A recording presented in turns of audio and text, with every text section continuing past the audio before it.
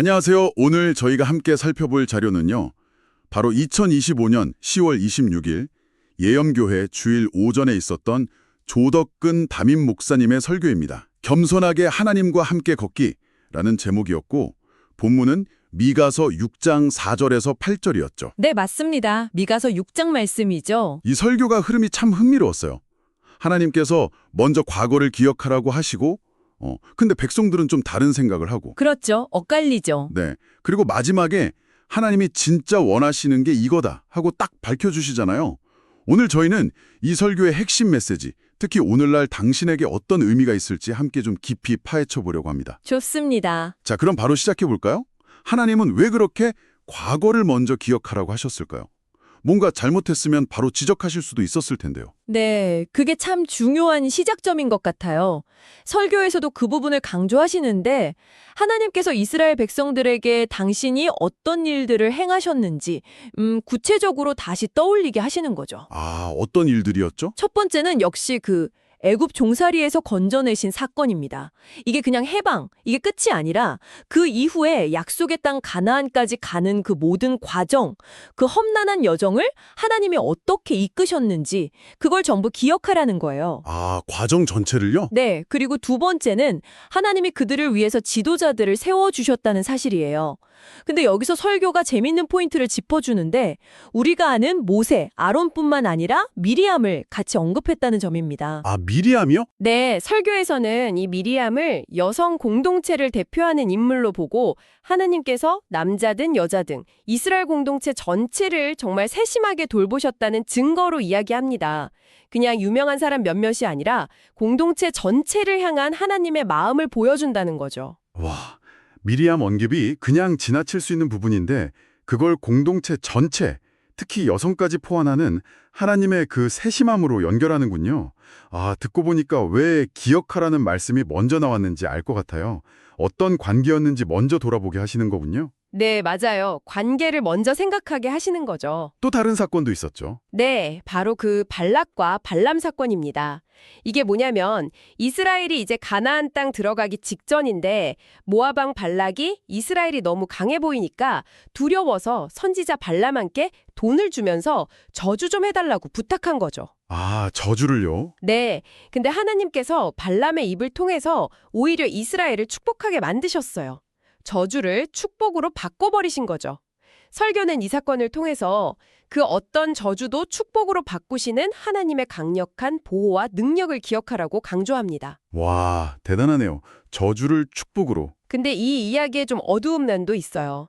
발람이 결국에는 발락에게 이스라엘을 영적으로 무너뜨릴 방법을 알려주거든요. 아, 그랬나요? 네, 그래서 이스라엘 백성들이 시딤이라는 곳에서 모압 여제들이랑 음행에 빠지고 하나님의 진노를 사서 그 결과로 2만 4천 명이나 죽게 돼요. 2만 4천 명이요? 헉. 네, 그러니까 하나님의 그 놀라운 보호를 경험하고도 유혹에 넘어져서 큰 대가를 치른 거죠. 아주 뼈아픈 역사예요.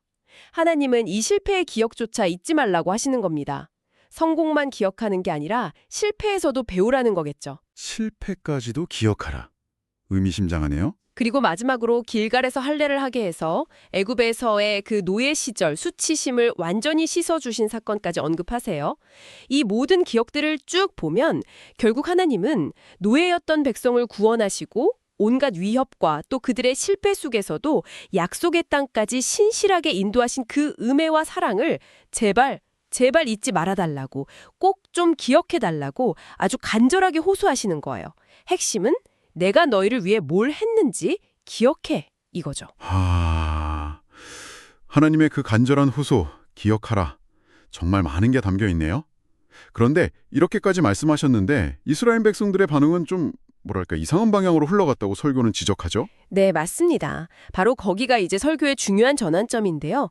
하나님의 말씀을 듣고 백성들이 보인 첫 반응이 뭐였냐면 내가 뭘 가지고 여호와 앞에 나아갈까? 이거였어요. 아, 기억하라고 하셨는데. 네, 하나님의 은혜를 기억하고 감사하고 관계를 회복해야 하는데 그게 아니라 당장 뭘 드려야 하나, 어떤 물질적인 걸 드려야 하나님 마음이 풀릴까 이 생각으로 넘어간 거죠. 초점이 완전히 어긋난 거예요. 기억과 감사 대신에 재물을 먼저 생각했다니 어떤 재물들을 생각했나요? 좀 궁금하네요. 처음에는 1년 된 송아지를 생각해요. 그 당시에는 이게 흠없고 제일 좋은 번제물이었거든요. 번제는 제물 전체를 남김없이 태워서 하나님께 온전히 드리는 거니까 아마 이 정도 드리면 하나님이 만족하시겠지 이런 마음이었을 거예요. 가장 좋은 걸로 드리려고 했군요. 그런데 거기서 멈추지 않아요. 더 나아가서 천천의 숫양이나 만만의 강물 같은 기름을 생각합니다. 이건 뭐 현실적으로 불가능한 양이죠. 만만이요. 와... 네, 1년 된 송아지가 질 좋은 제물이었다면 이제는 상상도 못할 어마어마한 양으로 하나님의 마음을 사거나 달래보려고 하는 거예요. 천천만만은 그냥 엄청 많다는 과장된 표현이니까요. 양으로 승부하겠다. 그쵸? 설교에서는 이런 생각이 하나님을 마치 주변 나라들이 섬기는 이방신처럼 여기는 태도에서 나왔다고 봐요. 당시 이방 종교에서는 신들이 화내면 더 크고 비싼 제물을 바쳐서 달래야 한다고 믿었거든요. 이스라엘 백성들도 오랫동안 가나안 문화의 영향을 받으면서 자기도 모르게 하나님을 약간 그런 식으로 대하려고 했던 거죠. 관계 회복이 아니라 약간 거래나 흥정처럼요. 하나님을 이방신처럼 대하려 했다니. 와, 하나님의 마음이 정말 아프셨을 것 같습니다. 그런데 설교에 따르면 백성들의 생각이 여기서 더 나아가서 정말 충격적인 방향으로 갔다면서요? 그렇습니다. 이게 제일 충격적이고 좀 심각한 부분인데 자기들의 허물과 죄 때문에 자기 맏아들, 그러니까 내 몸의 열매를 제물로 바칠 생각까지 했다는 거예요. 맏아들이요? 사람을요? 네. 하나님이 아직 죄를 지적하신 것도 아닌데 스스로 죄를 의식해서 이런 끔찍한 생각을 떠올린다는 건 설교자 표현대로 도둑이 제발 저리는 격이죠. 와, 설령 자기들 죄가 정말 크다고 느꼈다 해도 자식을 제물로 바친다는 건 이건 뭐 인간성과 상식을 완전히 벗어난 야만적인 발상이에요. 하나님은 이미 아브라함 때 이삭 사건 이후로 인신제사를 엄격하게 금지하셨거든요. 그런데도 이런 생각을 했다는 건 당시 가나안 땅의 이방 종교들이 실제로 행했던 그런 끔찍한 인신제사 풍습이 이스라엘 백성들 생각 속에 얼마나 깊이 스며들어 있었는지를 보여주는 비극적인 증거죠. 듣기만 해도 좀 마음이 무거워지네요. 그만큼 하나님과의 관계가 왜곡되고 이방 문화에 정말 심각하게 물들어 있었다는 거겠죠. 아, 이렇게 완전히 잘못된 길로 가려는 백성들에게 드디어 하나님께서 미가서 6장 8절을 통해 명확한 답을 주십니다. 그 시작이 사람아 이렇게 부르시는 부분인데 이 호칭에 담긴 의미가 깊다고 하셨죠. 네, 맞아요. 그 사람아라는 부름 속에 여러 의미가 있다고 설교는 해석해요. 우선 아까 백성들이 생각했던 자녀 희생 제사 같은 거 있잖아요. 그런 생각은 사람이라면 차마 해서는 안 될 비인간적인 행동이라는 아주 강한 질책의 의미가 담겨 있는 거죠. 너희가 어찌 사람으로서 그런 생각을 할 수 있느냐 이런 느낌이에요. 아, 질책의 의미가 있군요. 동시에 이 호칭은 하나님께서 진짜 원하시는 것은 사실 그렇게 특별하거나 이상한 게 아니라 사람이라면, 그러니까 정상적인 인간이라면 누구나 마땅히 해야 할 기본적인 도리, 상식적인 것이라는 의미도 있어요. 문제가 생겼을 때 재물부터 생각하는 건 하나님을 섬기는 올바른 길이 아니고 이건 사람이라면 당연히 알아야 할 바, 이렇게 일깨워 주시는 거죠. 그러면서 하나님께서 진짜 원하시는 세 가지를 명확하게 딱 제시하십니다. 질책과 동시에 기본적인 기대를 담은 부름, 사람이라면 마땅히 해야 할 것, 그 핵심적인 세 가지 요구, 그것이 무엇이었는지 좀 자세히 풀어주시죠. 여기가 설교의 핵심이고 또 미가서 6장의 클라이막스라고 할 수 있겠네요. 그렇습니다. 첫째는 오직 정의를 행하는 것입니다. 여기서 정의, 히브리어로는 미슈파트인데 이게 단순히 사회 정의나 공평함만 뜻하는 걸 넘어서요. 근본적으로는 하나님의 판단, 하나님의 기준을 따르는 걸 의미해요. 하나님의 기준이요? 네, 내 생각, 내 경험, 내 기준에 내세우는 대신에 이 상황에서 하나님의 뜻은 뭘까? 하나님의 기준은 뭐지? 이걸 깊이 생각하고 그 판단에 따라서 행동하는 거죠. 설교는 이게 무슨 특별한 능력이나 지식이 필요한 게 아니라 하나님의 말씀을 기준으로 삼는 사람이라면 할 수 있는 일이라고 강조합니다. 그러니까 하나님의 기준에 따라 생각하고 판단하고 행동하는 삶이죠. 아, 정의가 하나님의 기준을 따르는 삶이군요. 두 번째는 뭐였죠? 둘째는 인자를 사랑하는 것입니다. 여기서 인자, 히브리어 헤세드는 정말 중요한 개념인데요. 그냥 친절이나 자비 이런 걸 넘어서는 의미예요. 헤세드는 하나님께서 당신과 언약을 맺은 백성에게 베푸시는 변함없고 신실한 사랑, 충성스러운 은혜를 뜻합니다. 헤세드, 하나님의 특별한 사랑이군요. 네, 그래서 이 인자, 헤세드를 사랑하라는 것은 이 언약 관계 자체를 정말 소중하게 여기고 그 관계 안에서만 주어지는 하나님의 특별한 은혜와 사랑을 간절히 사모하고 갈망하라는 뜻이에요. 그런데 당시 이스라엘 백성들은 바로 이 언약 관계를 잊어버리고 이방신을 따라감으로써 하나님이 주시는 가장 귀한 복인 이 헤세드를 스스로 그냥 걷어차버리고 있었던 거죠.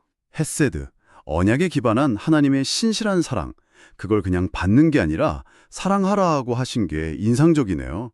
그 관계 자체를 귀하게 여기라는 말씀이군요. 네, 세 번째는 무엇이었나요? 세 번째는 겸손하게 내 하나님과 함께 행하는 것입니다. 여기서 정말 중요한 단어가 함께 행하다, 영어로 하면 walk with예요. 이건 하나님과 나란히 보조를 맞춰서 걷는 걸 의미합니다. 함께 걷는다. 네, 내 뜻대로 하나님보다 막 앞서 달려가지도 않고 또 반대로 두려움이나 게으름 때문에 너무 뒤처지지도 않는 거. 하나님의 속도와 방향에 나의 발걸음을 딱 맞추어서 동행하는 것이죠. 함께 걷는다. 이 이미지가 참 좋습니다. 그런데 이게 겸손이랑 구체적으로 어떻게 연결되는 건가요? 겸손하면 보통 나를 낮추는 이미지를 떠올리기 쉬운데 설교에서는 바로 이 함께 걷는 것 자체가 겸손의 핵심이라고 설명해요. 여기서 겸손은 단순히 자기를 낮추거나 비하하는 그런 소극적인 태도가 아니고요. 나의 의지, 나의 계획, 나의 속도를 고집하지 않고 하나님의 뜻과 인도하심에 내 삶의 보폭과 방향을 적극적으로 맞추려는 태도라는 거죠. 맞추려는 태도 자체가 겸손이다. 네. 더 나아가서 이 함께 걷기에는 하나님께서도 우리와 함께 걸으시기 위해서 우리의 연약함이나 한계를 아시고 우리의 속도에 맞춰주신다는 깊은 신뢰가 바탕에 깔려 있다고 설교는 강조합니다. 하나님께서도 맞춰주신다는 신뢰. 그렇죠. 하나님은 절대 우리가 감당 못할 걸 요구하시지 않고 우리를 이끄시되 우리의 걸음걸이를 배려하신다는 믿음이죠. 이렇게 하나님과 나, 서로가 서로의 존재를 인정하고 배려하면서 설교 표현을 빌리자면 암암리에 서로를 배려하는 가운데 동행하는 것. 그것이 바로 겸손하게 하나님과 함께 걷는 삶의 모습이라는 깊은 통찰을 줍니다. 함께 걷는다는 게 단순히 따라가는 게 아니라 서로 배려하면서 보조를 맞추는 상호적인 관계의 이미지군요. 그리고 그게 바로 겸손의 본질이다. 와, 이 설명이 정말 마음에 와닿습니다. 결국 하나님께서 원하셨던 것은 네, 결국 하나님께서 원하셨던 것은 뭐 엄청난 양의 재물이나 자기 학대 같은 종교적 열심이 아니었던 거죠. 그보다는 당신께서 과거에 베푸신 그 은혜와 사랑을 마음 깊이 기억하고 이게 관계의 시작이죠. 그 관계 안에서 하나님의 기준인 정의를 실천하며 살고 이게 관계의 열매고요. 네네. 또 하나님께서 언약 백성에게만 주시는 특별한 사랑인 인자, 헤세데를 무엇보다 뜨겁게 사모하고 이게 관계의 동력이죠. 마지막으로 겸손하게 당신의 뜻에 발걸음을 맞추어서 함께 걸어가는 것. 이게 관계의 과정이죠. 이것이 바로 오늘 우리가 살펴본 조덕근 목사님 설교가 미가서 6장 8절을 통해 강조하는 핵심 메시지라고 할 수 있겠습니다. 과거 이스라엘 백성들에게 주셨던 이 말씀이 정말 시대를 넘어서 오늘 우리에게도 그리고 이 설교를 주목하신 당신에게도 동일하게 중요한 메시지를 던져주는 것 같습니다. 삶의 모든 영역에서 하나님의 기준인 정의를 고민하고 실천하고 또 그분의 변함없는 사랑, 헤세드를 가장 귀하게 여기고 갈망하면서 무엇보다 그분과 겸손하게 동행하는 삶으로 우리를 부르고 있다는 느낌이 드네요. 맞습니다. 딱 그렇게 정리할 수 있겠네요. 오늘은 당신 덕분에 조덕근 목사님의 설교 겸손하게 하나님과 함께 걷기를 통해서 미가서 6장이 주는 깊은 울림을 함께 나눌 수 있었습니다. 하나님께서 우리에게 정말 바라시는 것은 겉으로 보이는 어떤 종교적인 행위나 성과가 아니라 그분과의 살아있는 관계 속에서 우러나오는 마음의 태도와 삶의 방향이라는 것을 다시 한번 확인하게 됩니다. 네. 정의를 행하고 인자를 사랑하며 겸손하게 내 하나님과 함께 행하는 것. 이 세 가지는 오늘 당신의 신앙 여정에서도 길을 잃지 않도록 도와주는 변함없는 나침반이 되어줄 거라고 생각합니다. 마지막으로 당신에게 이런 질문을 던지면서 오늘 이야기를 마무리하고 싶습니다. 혹시 당신의 삶에서 하나님께서 이미 베푸신 은혜를 깊이 기억하고 그분과의 관계 자체를 누리기보다는 끊임없이 무언가를 더 드려야 한다, 더 해야 한다는 어떤 의무감이나 부담감에 좀 쫓기듯 살아가고 있지는 않으신가요? 오늘 잠시 바쁜 걸음을 멈추고 당신의 속도에 맞춰 함께 걷기를 원하시는 그 하나님과 함께 걷는다는 것의 참된 의미를 다시 한번 조용히 생각해 보시는 것은 어떨까요? 오늘 이 깊은 나눔에 함께해 주셔서 진심으로 감사합니다. 다음 시간에 또 다른 흥미로운 통찰로 당신을 찾아뵙겠습니다.